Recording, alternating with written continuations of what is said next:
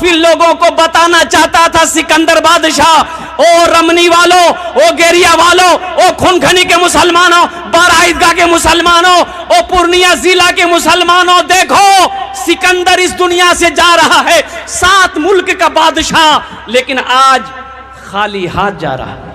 सिकंदर बादशाह 7 मुल्क का बादशाह, सिर्फ हिंदुस्तान का बादशाह नहीं था, सिर्फ हिंदुस्तान का प्रधानमंत्री नहीं था, पाकिस्तान का भी प्रधानमंत्री था, और सिकंदर बादशाह अफगानिस्तान का भी प्रधानमंत्री था, और कजाकिस्तान का भी प्रधानमंत्री था, तुर्किस्तान का भी प्रधानमंत्री था, ईरान का भी प्रधानमंत्री था, बांग्लादेश का भी प्रधानमंत्री था। 7 मुल्क का राजा था।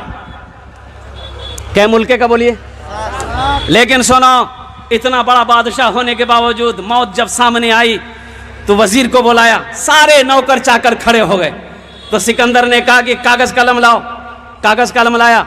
एक लिखने वाले का कहा कि लिखो इसमें कि जब मेरी मौत हो जाए, जब मैं मर जाऊं, जब मुझे गुस्ल दो, जब मुझे कफन पहनाओ, मेरे दोनों हाथों को बाहर निकाल देना कफन से, कफन के अंदर नहीं रहना चाहिए, और हाथ की मुट्ठी खोल देना।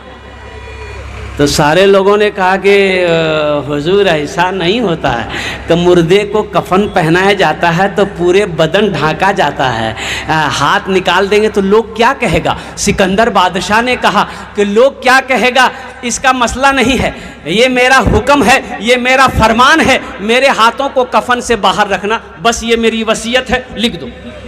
लिख दिया गया।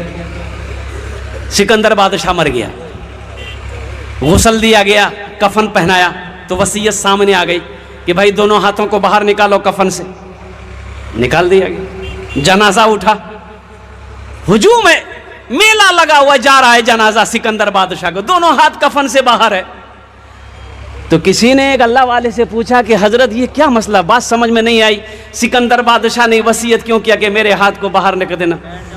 तो कुर्बान जाओ, उस अल्लाह वाले ने जवाब दिया, ओ सिकंदर, सिकंदर दुनिया वाले को पैगाम देना चाहता है, दुनिया वाले को बताना चाहता है, ओ गाफिल लोगों को बताना चाहता था सिकंदर बादशाह, ओ रमनी वालों, ओ गेरिया वालों, ओ खूनखनी के मुसलमानों, बारा ईदगाह के मुसलमानों, ओ पूर्णिया जिला के मुसलमानों, देखो सिकंदर इस दुनिया से जा रहा है, 7 मुल्क का बादशाह, लेकिन आज खाली हाथ जा रहा है।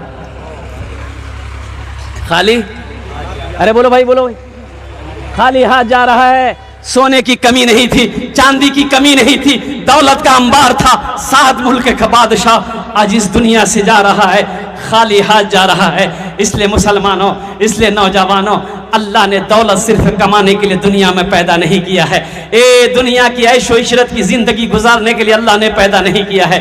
अल्लाह ने क्यों पैदा किया?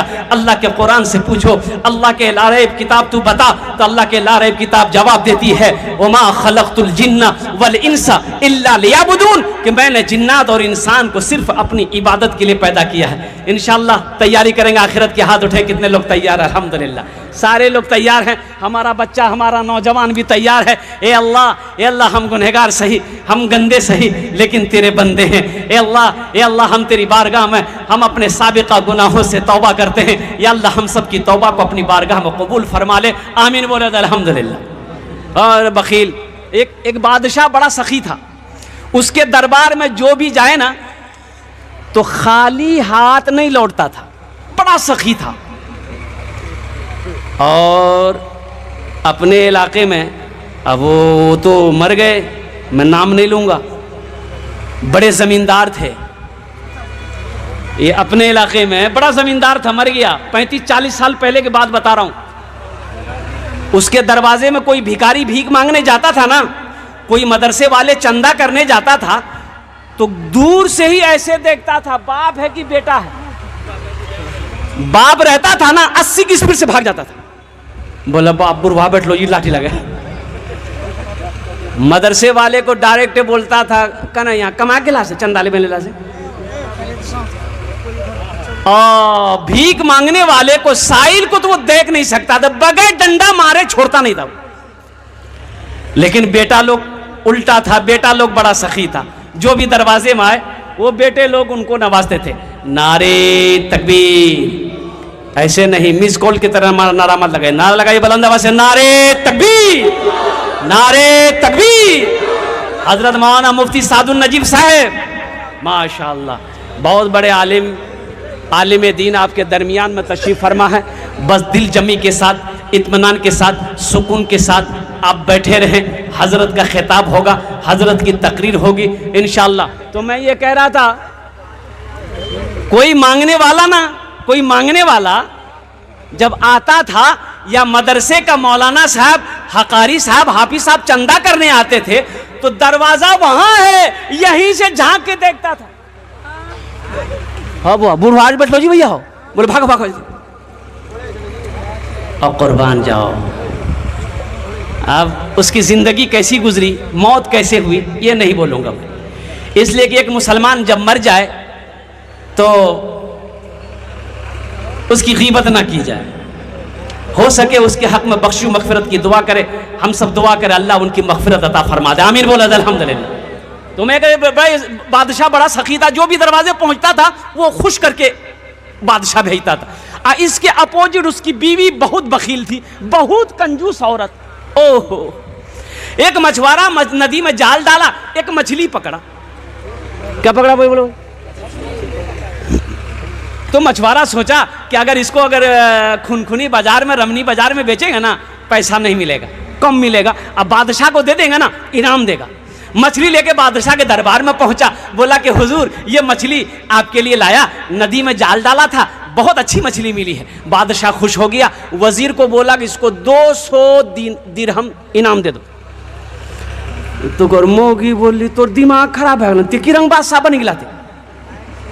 बोला कल बोले छोटो माछ हो 200 टका नहीं वो माछ हो, पैसा रिटर्न करो।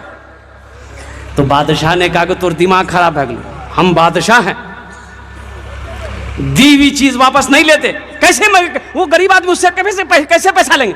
बी बोली कि सुना उगरा से पैसा ले मगर आसान तरीका। बोले कौन तरीका? तो बी कली उगरा से पूछो कि ये माछ हो मर अच्छी कि और अच्छी? वो बोलता हूँ औरतें, बोलिए हमारा औरत माछ हो नहीं चाहिए, हमारा मर्द माछ हो चाहिए। अगर वो बोले कि मर्द है तो आप बोलिए नहीं हमको औरत मछली चाहिए, पैसा रिटर्न हो जाए। कभी कभी आदमी बीवी के हाथों भी मजबूर हो जाता है जी नहीं जी? अरे है जी कि नहीं जी? बेसी कल्लो मत दिलावा, उगरा से सुनी रही से कल बन मांग नाश्ता भी बन भाई।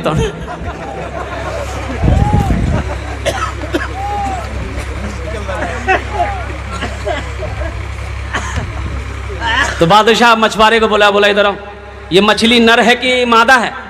तो मछुआरा भी बड़ा चालाक था, बोला कि हुजूर आपके लिए और नर और मादा मछली लाएंगे हम, ये मछली ना नर है ना मादा, बीच वाली मछली। बादशाह बोला बहुत अच्छा, 200 दिरहम और इनाम दे दो इसको। मोगी माथो पकड़ी बैठी गई, बोला 200 टका का हम रिटर्न चक्रम जी 400 डाली। तो मछुआरा जाने लगा तो दरबार में वो सिक्का गिरा हुआ था, 1 टका का नोट गिरा हुआ था। तो ये मछुआरा उठाया, चूम के जेब में रख लिया। इसकी बीवी देख ली, बोला कि देखिए इतना इनाम दिए फिर भी सबर नहीं है, ये चोर भी है, दरबार से चोरी करके जा रहा, बस बुलाइए इसी जुर्म में उसको गिरफ्तार करके अंदर डालिए, पैसा छीनिए। तो बादशाह बोले क्या पैसा उठाया? तो वो मछुआरा बोला कि हुजूर इस पैसे में आपका फोटो है, आपकी तस्वीर है, नीचे गिरा रहता कोई पैर दे देता तो बेअदबी ना होता, इसलिए उसको उठा के चूम के हम अपने पॉकेट में रख लिए। बादशाह खुश हो गया, बोला 200 दिरहम और इसको इनाम में दे। जो सखी है सखावत करके रहेगा, जो सखी है सखावत करके रहेगा। इसलिए मुसलमानों मेरा अल्लाह सखी है, सखी बनो। अल्लाह सखी अल्लाह का दोस्त है, सखी अल्लाह का महबूब बंदा है। बखील ना बनो, बखील अल्लाह से दूर, जन्नत से दूर, जहन्नम के करीब है। और जो सखी है वो उसके अमल थोड़े हैं, सखी का अमल थोड़ा है, नमाज थोड़ी है, रोजा थोड़ा है, जिक्र थोड़ा है, कुरान की तिलावत थोड़ी, अमल थोड़ा है, लेकिन है सखी, है सखी, है सखी, है बड़ा दानी। तो अल्लाह के रसूल इरशाद फरमाते हैं वो अल्लाह का दोस्त है। इंशाअल्लाह अल्हम्दुलिल्लाह सखी बनेंगे मेरे भाई। भाई कितने लोग बनेंगे? हाथ उठाओ, इंशाअल्लाह मैं दुआ करूं। अल्हम्दुलिल्लाह सारे लोग सखी बनेंगे। ये मस्जिद का जलसा है, अल्हम्दुलिल्लाह अल्लाह के रसूल इरशाद फरमाते हैं, सही बुखारी शरीफ की हदीस है, हज़रत उस्मान गनी रावी हैं और कुर्बान जाओ, ये हज़रत उस्मान गनी कौन है? ये दामाद मुस्तफ़ा हैं, दामाद मुस्तफ़ा हैं जिसको ज़ुन्नूरैन का खिताब मिला। ये उस्मान गनी कौन है? बहुत बड़े सखी का नाम उस्मान है, बहुत बड़े सखी का नाम उस्मान है। ए मुसलमानों, आपको क्या पता चले, मदीने में गरीब आदमी के घर में बच्चा पैदा होने वाला, दाई आ गई, बोले कि थोड़ा शहद मिलेगा तो आपकी बीवी को हलवा बना के खिलाएंगे ना, बच्चे की विलादत हो जाएगी। गरीब आदमी, शहद है नहीं। पड़ोसी की यहाँ गया, पड़ोसी बोला है नहीं। 2-4 घर गया, बोला वापस आ गया। एक आदमी ने कहा गया तोरा की चाहिए? बोला भैया शहद चाहिए, थोड़ा शहद, हमार बीवी का बच्चा शहद। एक आदमी ने कहा सुनो सुनो सुनो, शहद। ओ मदीना से बाहर निकलो, एक काफिला आ रहा है, उस काफिले में शहद मिल जाएगा। बड़ा खुश हुआ, मदीने से बाहर निकला तो देखा एक काफिला आ रहा है। सबसे आगे ऊंट वाला था, हाथ दिया, भाई रोको रोको रोको। ओ सारे ऊंट वाले रोके, क्या बात है? ये गरीब आदमी कहा भैया भैया हमको थोड़ा सा शहद चाहिए, शहद मिलेगा? बोला कि हाँ मिल जाएगा। अमीर से पूछना होगा, जो हम लोगों का अमीर है पूछना होगा। बोला पूछ लीजिए ना। तो वो ऊंट बांध उतरा, अमीर के पास गया, बोला हुजूर ये गरीब आदमी है, थोड़ा